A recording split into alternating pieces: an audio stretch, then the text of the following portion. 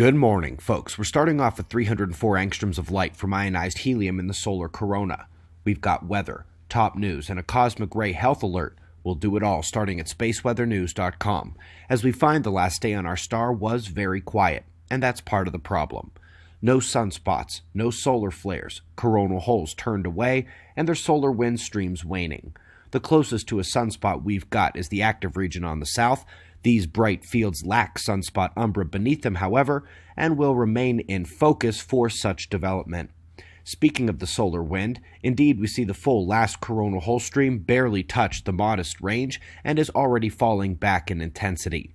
This is driving ultra-quiet and extended periods of geomagnetic silence, and we're now over 18 hours of KP0. We're at a strong cosmic ray health alert. It could hit severe today. We will come back to this for much more detail at the end of the video.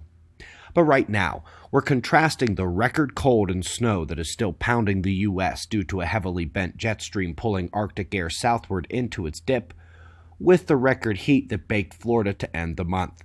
Jet never got down that far, and boy did they know it.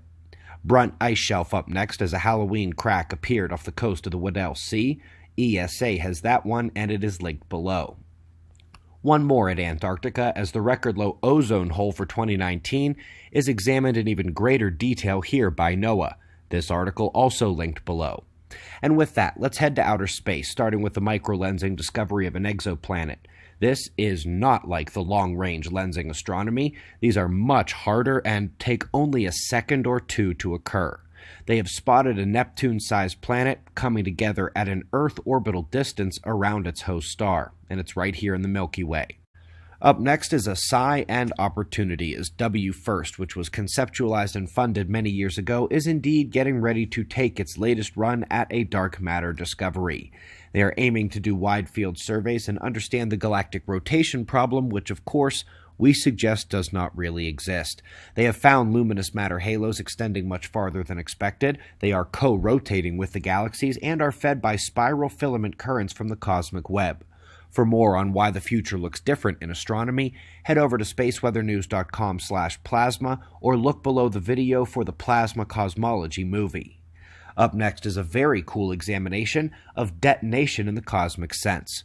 Here on Earth, rapid burns need containment of the energy waves to upgrade to a detonation, but how does that happen in stars where there are no walls or confinement? Well, I will quickly state that Dr. Robitaille's shell lattice idea might provide those walls. Nevertheless, their models here got it to work using only plasma turbulence. This is the second means of creating that cosmic explosion, or nova, down in a lab-scale setting. You can either dump material into the corona, or you can create a plasma instability. Let's take a moment with Hubble's view of a mega-galaxy cluster. Dozens to hundreds, if not thousands of galaxies and their thousands to tens of thousands of dwarf satellites grouped together in the constellation of the Swordfish. Gorgeous. It's places like these that produce the cosmic rays we see here on Earth, which again are in high supply today with such a low KP index. If we do get 24 full hours of zeros here, a full zero day, know that no space weather is as statistically correlated with cardiac, autoimmune, and mental effects as are the cosmic ray zero days, not even major solar flares and geomagnetic storms. A bit of background. Cosmic rays are not gamma or X-ray light, but actual particles. Electron-stripped atomic nuclei of all the elements have been discovered, including relatively wild isotopes.